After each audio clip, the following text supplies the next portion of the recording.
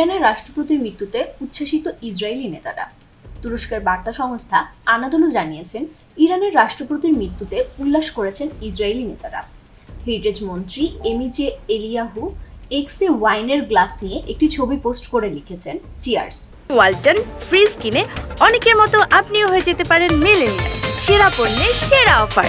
অন্য এক টুইটে তিনি লেখেন, সেই সব উন্মাদ মানুষ যারা গতরাত পর্যন্ত প্রধানমন্ত্রী বেনিয়ামিন নেতানিয়াহুর মৃত্যু কামনা করেছিল, আর ডানপন্থীরা চাইছিল আমরা যেন ইরানের ওই হত্যাকারীর মৃত্যু উদযাপন না করি। একটি প্রতিবেদনে ইসরায়েলের কয়েকজন নেতারা বক্তব্য তুলে ধরা হয়েছে।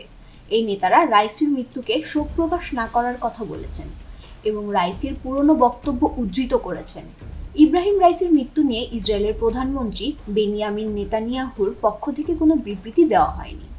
সামাজিক যোগাযোগ মাধ্যমের কয়েকটি অ্যাকাউন্টে ইব্রাহিম রাইসির মৃত্যু নিয়ে মিম শেয়ার করেছে। কোনো পোস্টে লেখা হয়েছে, তার হেলিকপ্টার চালাচ্ছিলেন হেলিকপ্টার নামে এক মোসাদ এজেন্ট। প্রসঙ্গত, এলি কোহেন ছিলেন একজন ইসরায়েলি গুপ্তচর।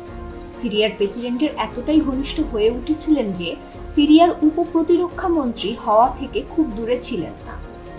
ফাহমিদা সৃষ্টি, মানুষ।